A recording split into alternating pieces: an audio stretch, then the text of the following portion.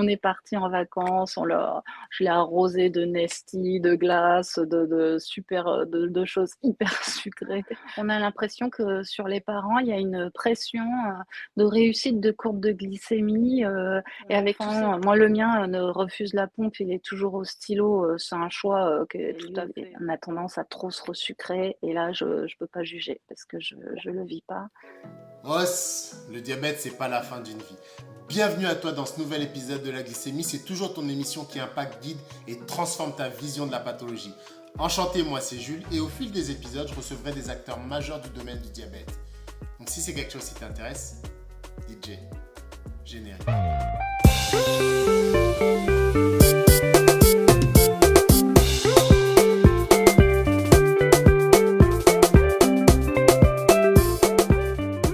Bonjour à tous, bonjour, bienvenue pour ce nouvel épisode de la glycémie. Et aujourd'hui, j'ai le plaisir, encore une fois, de recevoir une invitée assez intéressante que vous connaissez, mais peut-être que son visage ne vous dit rien. Mais je vais la laisser se présenter et vous allez voir que vous allez dire: «Ah d'accord, c'est elle».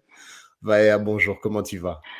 Bonjour Jules, merci pour ton invitation. Je vais très bien et effectivement, je me suis présente sur les réseaux avec, sous le nom de Glours, Glours Instant Type 1, les Glucipo. Donc, tu as raison de dire qu'on ne connaît pas forcément mon visage parce que je suis pas non plus hyper à l'aise, avec mon image. Je suis pas de la génération, née avec un téléphone dans la main.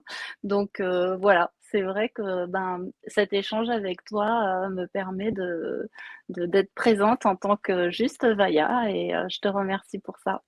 Non, mais déjà, merci à toi d'avoir accepté l'invitation. Je le dis dans toutes les entrevues que je fais, vraiment, les gens que je contacte, c'est des gens déjà que avec qui j'ai envie de parler, mais qui sont aussi des facilitateurs. Il y a pas de, je trouve, il n'y a pas de chichi. Vraiment, voilà, très simple d'accès et des discussions en amont très intéressantes. Donc, voilà, Ça me merci à convient. toi. Eh ben, on va commencer par le début. Tout simplement Oui. par commencer un petit peu à te présenter qui tu es, d'où tu viens. Parle-nous un petit peu Al de toi dans un oui. premier temps. Alors on habite dans les Landes, au bord de l'océan Atlantique. J'ai 47 ans, dans un mois et je suis Ah! maman, et je suis maman, d'un enfant, diabétique, adolescent maintenant.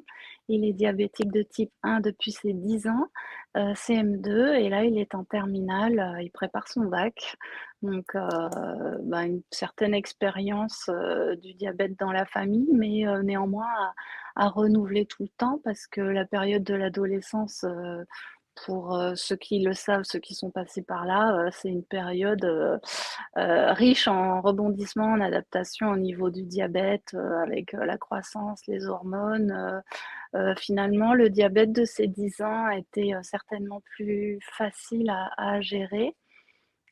Aussi peut-être plus facile à gérer parce qu'on était moins connectés, parce qu'il a commencé, avec les dextros au doigt, au stylo et finalement peut-être que le fait d'avoir, moins de ressources et moins d'informations, apportait, plus, de facilité et de sérénité dans la gestion du quotidien. Parce qu'on était moins, stressés par toutes les informations peut-être, qu'il y avait une charge mentale qui, était élevé parce que c'était la découverte et c'était, catastrophique comme pour tout le monde.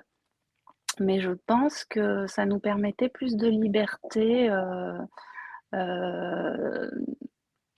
de gestion par rapport à aujourd'hui. Pas de plus de liberté, c'est pas le mot, mais moins de présence quoi, parce qu'on faisait un dextro, le matin, on faisait un dextro 2 heures après. C'était pas des glycémies en continu comme on a maintenant et qui mettent un stress finalement.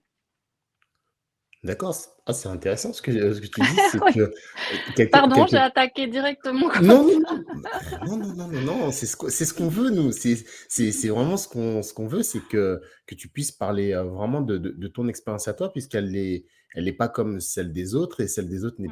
n'est pas la tienne donc non, c'est important, je t'en prie.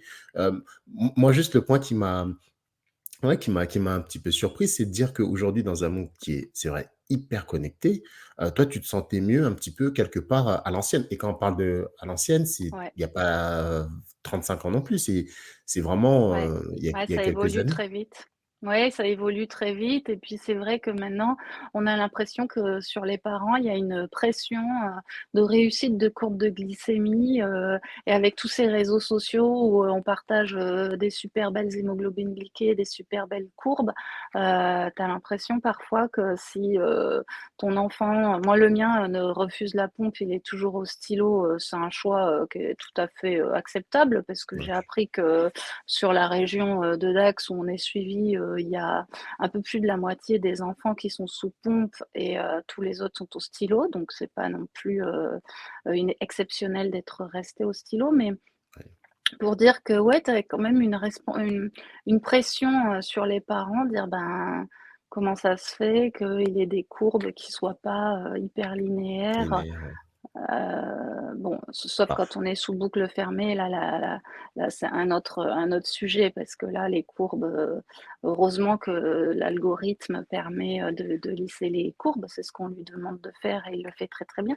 Mais quand on est, juste sous pompe ou sous stylo avec un capteur de glycémie, indépendant, on va dire, mmh, il y a cette, je dirais pas culpabilité, mais ou alors c'est moi qui le ressens comme ça en tant que maman, peut-être. Peut-être que c'est non. mon idée. Non, il n'y a Mais pas que toi. Vraiment, mmh, il y a je pense déjà qu'il y a pas que toi. Là, je vois mieux le point que tu veux évoquer. Les réseaux sociaux nous ont rendu un grand service en termes de oui, démocratisation du diabète, de la compréhension de la maladie, mais on voit aussi apparaître un autre phénomène qui est aussi, incité par certains praticiens, il faut avoir le mmh, courage de le dire, de se mmh, dire que tout doit être parfait. Alors que non, en discutant avec pas mal de personnes et moi en le pensant déjà, le diabète, c'est un équilibre et qui dit mmh, équilibre dit moyenne, dit aussi des hauts, des bas. C'est pas parce que la glycémie on se réveille pas le matin avec, un 0,1, que ça y est, ça devient catastrophique. C'est une course dans le temps, c'est un marathon c'est ça. qu'on est en train de faire. La course, on va clairement la gagner. Mais voilà, il y a des moments où on court un petit peu plus vite, il y a des moments où on ralentit un petit peu et la culpabilisation des réseaux sociaux, c'est vrai qu'elle peut être difficile pour un parent comme toi et d'ailleurs, au début, donc comment ça s'est passé la découverte pour ton fils? Alors, nous, en fait, il était irritable, il avait des petits problèmes de comportement, on pensait au mois de décembre. Je l'ai emmené consulter, une psy parce que, par exemple, il arrivait pas bon, il était en CM2, hein, mais il arrivait pas le matin à mettre ses lacets, il commençait à s'énerver, à taper dans les murs. Donc on lui disait: «Bah, dis donc, mon loulou, ça va être compliqué pour toi la vie, si tu es stressé comme ça, il faut que tu te détendes», enfin on le reprenait. Et donc, la psy n'a pas trouvé de problème, psychologique particulier. Particulier. Elle voulait après lui faire, un test peut-être qu'elle pensait qu'il était haut potentiel, des trucs comme ça. Donc, moi j'ai pas voulu, l'impliquer là-dedans puisque bon, je le sentais pas, haut potentiel particulièrement, même s'il est brillant, voilà, j'avais pas envie de partir là-dedans. C'était pas ma préoccupation. Oui. Et finalement, bah, on a laissé passer tout le printemps comme ça, en le en le réconfortant. On est partis en vacances, je l'ai arrosé de Nestea, de glace, de super, de choses hyper sucrées pour lui faire plaisir. Alors j'étais carrément en train de l'empoisonner et puis on a fini, au printemps par aller chez ma belle-sœur qui est orthodontiste, donc qui a une base qui a fait les premières années de médecine pour être orthodontiste aujourd'hui. Et elle, tout de suite, elle a suspecté, le diabète et en fait, il avait beaucoup maigri, mais comme moi, je suis un peu profil, longue tige, tout le monde me disait: «Ben, c'est normal, il te ressemble, il est en train de Ça grandir, ça c'est me sa croissance». Les gens minimisaient, beaucoup, sa perte de poids et ses sautes d'humeur et finalement, ma belle-sœur a mis le doigt dessus, très rapidement et dès le lendemain, on avait pris rendez-vous chez ma généraliste parce qu'il se sentait pas bien dans ses baskets, donc on lui avait dit: «T'inquiète pas, on va faire un petit bilan sanguin et puis elle va te donner des vitamines et puis ça va mieux se passer», parce qu'il était malheureux dans son corps, en fait, et là, le couperet est tombé et ce que je dis, c'est que paradoxalement paradoxalement, ça a été, un soulagement de découvrir que c'était qu'un problème, «moteur» entre guillemets. C'était son pancréas qui ne fonctionnait plus, il avait plus d'insuline, il était en hyperglycémie, c'est très facile à comprendre et ça nous a soulagés pour, le reste de sa vie parce que dès qu'on a commencé à lui injecter de l'insuline et à faire baisser son taux de glycémie, il s'est apaisé et on a retrouvé, le comportement du petit garçon qu'on avait connu et qui avait disparu depuis quand même une belle année, hein, parce que je pense que ça faisait une année qu'il était en mode dégradé et Ouais. heu et malgré voilà, d'avoir une réponse, à ces suspicions, bah, ça apaise. Après, voilà, ça c'est une partie. Après, c'est quand même comme s'il y avait un immeuble qui te tombait dessus et tu pleures énormément et tu te demandes pourquoi ça arrive à ton enfant. Mais, quand tu es en pédiatrie pendant une semaine et que tu vois ce qui se passe, dans les couloirs et les problèmes que d'autres enfants peuvent rencontrer finalement, tu acceptes, le diabète de type 1, voilà, tu l'accueilles, de toute façon tu as pas le choix, tu fais avec, mais, mais mais on l'accueille, comme il vient. On n'a pas le choix. Ouais, ouais, ça tombe un petit peu dessus, c'est ta réaction, Mmh, elle a été un petit peu, oui, donc double dans un sens, mmh. soulagée parce que entre guillemets, OK, on pointe le doigt sur ce que c'est, donc il y a ça, mais après il y a ouais, effectivement, il y a le le deuxième volet, c'est oui, ça te tombe dessus quand même, et c'est un petit peu difficile à gérer puisque toi, étant adulte, tu savais déjà un petit peu ce que c'était ou non, pas du tout? Pas du tout, pas du Pas du tout. tout? J'avais la notion qu'il fallait des piqûres, d'insuline. Je sais pas comment, j'avais cette notion. C'est ma belle-sœur qui avait dû m'en parler et dans la voiture, quand je l'ai emmené, qui nous attendait en urgence, bah, aux urgences pédiatriques, je le briefais un peu, je lui dis: «T'inquiète pas, ça va aller». J'ai pas osé lui aborder, lui présenter la piqûre. J'ai dit: «Écoute, ils vont faire ce qu'il faut faire, je pense qu'on va te mettre un cathéter» et je le préparais quand même aux interventions, aux manipulations qu'ils allaient, lui faire subir mais non, on connaissait pas la maladie, on se rendait pas compte de tout ce que ça allait, inclure, mais justement, maintenant, je me bats, pour, partager, ces signes de diabète naissant et puis, communiquer aussi sur les traitements, surtout sur partager quoi, pour que le diagnostic, ne traîne pas parce que tous les mois, qui suivent, et nous je pense que ça faisait bien 1 an qu'il était pas bien, bah, Mmh. c'est de la souffrance, qu'on peut éviter en fait si on connaît, les signes, si on connaît mieux les signes et finalement même, le médecin traitant ou la psychologue n'était pas, avertis. Alors pourtant ils ont fait les études pour, parce que, c'est tellement simple de faire un dextro, d'avoir un lecteur, dans le tiroir Oui. et de commencer par ça et de chercher une raison physiologique, à un malaise chez un enfant. Parce que là, s'avérait que, c'était l'hyperglycémie, mais ça aurait pu être, un autre déficit, ça aurait pu être, une intolérance, il y a tellement de d'incidence du physique sur, le mental que c'est dommage de laisser les gens en errance comme ça.